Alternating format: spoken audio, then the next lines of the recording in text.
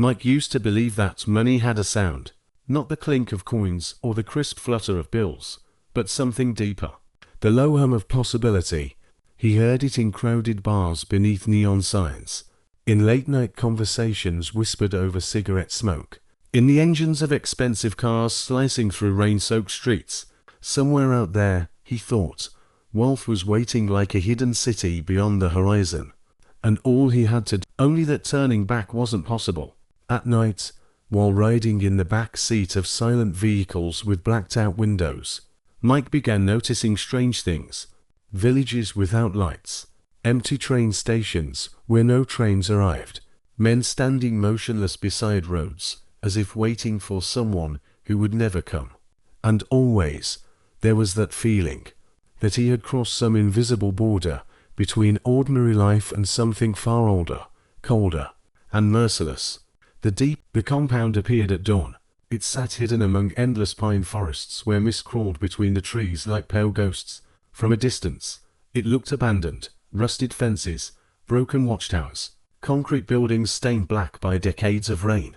Yet smoke rose quietly from metal chimneys, and somewhere in the distance, machinery groaned with slow mechanical life. Mike's stomach tightened the moment he stepped out of the truck. The cold there was unnatural, not winter cold. Dead cold. The kind that slipped through clothing and settled directly into bone. Nobody explained the work immediately. They simply took his phone, his wallet, and eventually even his name. From then on, people referred to him by numbers scribbled onto faded documents. There were others there too. Men from everywhere. Some looked hardened and violent. Others looked broken before they had even arrived. Nobody spoke much about their pasts. Questions disappeared quickly in that place. Especially questions about leaving. At night, the forest surrounding the compound made strange noises. Sometimes it sounded like distant machinery grinding beneath the earth. Other times it sounded almost human. Long cries swallowed by the wind. Mike tried not to listen. The work itself was hidden underground. Every morning before sunrise, groups descended through massive steel doors into tunnels illuminated by weak yellow lights. The deeper they traveled, the hotter the air became, until sweat soaked through clothes despite the freezing world. The deeper tunnels were forbidden. Everyone knew that. Nobody said it aloud. But fear traveled through the workers like an infection. Eyes avoided certain corridors. Conversations died whenever distant elevator shafts groaned to life in the middle of the night. Something existed below. Something even the guards feared. Mike became obsessed with it. Not because he was brave, but because curiosity was the only thing stronger than despair. In a place where every day looked identical, sweat, darkness, exhaustion, silence, mystery became dangerous nourishment for the mind. And the compound was full of mysteries. Workers disappeared sometimes. No explanations. One morning they would stand beside you in the elevator, hollow-eyed and exhausted. The next morning, someone else wore their gloves. Nobody asked where they went. One older worker finally spoke to Mike after weeks of silence. The man's hands shook constantly, even while resting. "You hear them yet?" he whispered. "Hear who?" The old man stared toward the tunnel walls. "The ones beneath us." Mike laughed uneasily. But the voice led him deeper underground. Every step felt wrong. The tunnels no longer resembled industrial passageways.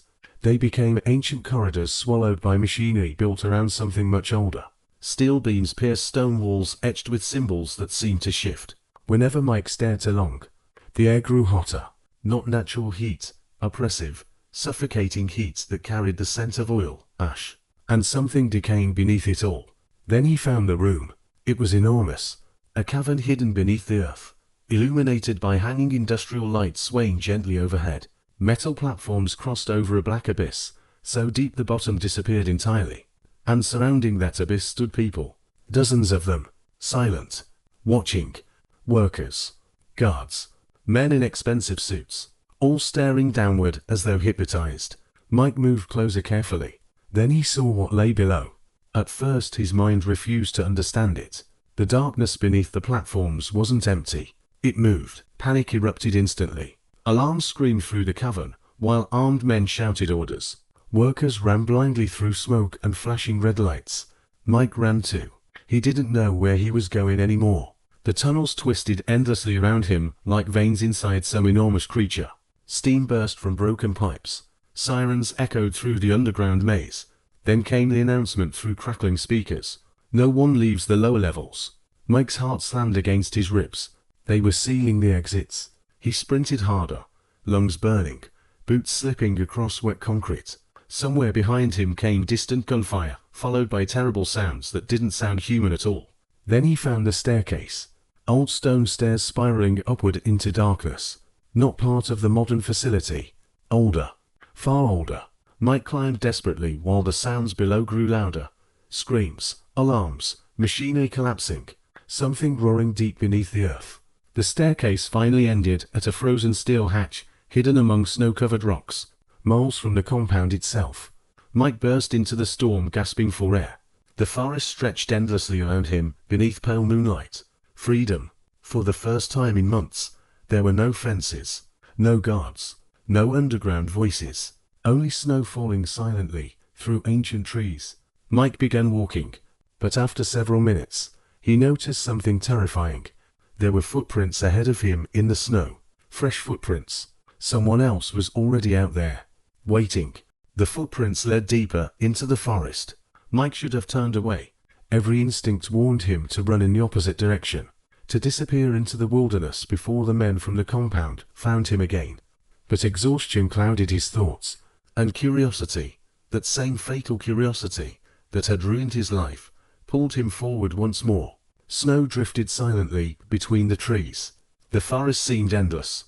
No roads, no lights, no signs of civilization, only towering black pines swaying beneath a sky the color of bruised steel. The footprints continued 4 miles, always just ahead, as if whoever made them wanted Mike to follow. The wind carried strange sounds through the woods. Distant metallic groans, faint whispers, sometimes what almost sounded like laughter buried beneath the storm. Then Mike saw the cabin. It stood alone beside a frozen lake, half hidden beneath snow and darkness. Weak orange light glowed through cracked windows. Smoke curled lazily from the chimney. Someone was inside. Mike approached cautiously, his legs trembling from cold and exhaustion. The closer he came, the stranger the cabin felt. It looked abandoned and lived in at the same time, as though time itself had stopped there years ago. The door opened before he could knock. An old man stood inside, thin, pale, motionless. "You took your time," the man said quietly. Mike froze. He recognized the voice instantly. It was the same voice he had heard underground, the same voice that had spoken his name in the darkness. Inside the cabin, the air smelled of smoke and old paper.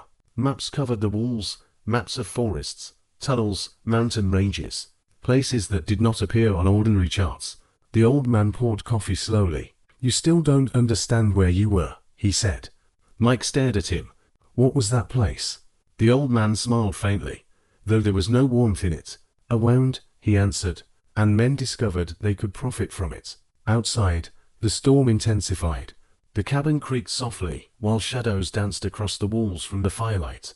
Then the old man said something that made Mike's blood turn cold. "They won't stop looking for you now." Mike felt panic rising again. "Who are they?" The old man looked toward the dark window. "The people above the tunnels are dangerous," he whispered, "but the things below them are far worse." Silence filled the cabin. Then, somewhere outside in the forest, came the distant sound of engines, vehicles, approaching slowly through the snow. Mike stood immediately, terror flooding through him, but the old man remained seated beside the fire, almost calm, almost resigned. "You wanted money," he said softly. "Most men do. That's how the door opens." The engines grew louder. Headlights appeared faintly between the trees. And then, beneath the sound of the storm, Mike heard something else drifting through the frozen forest. Breathing, deep, slow, massive, not far away. The old man finally looked up at him one last time, and smiled.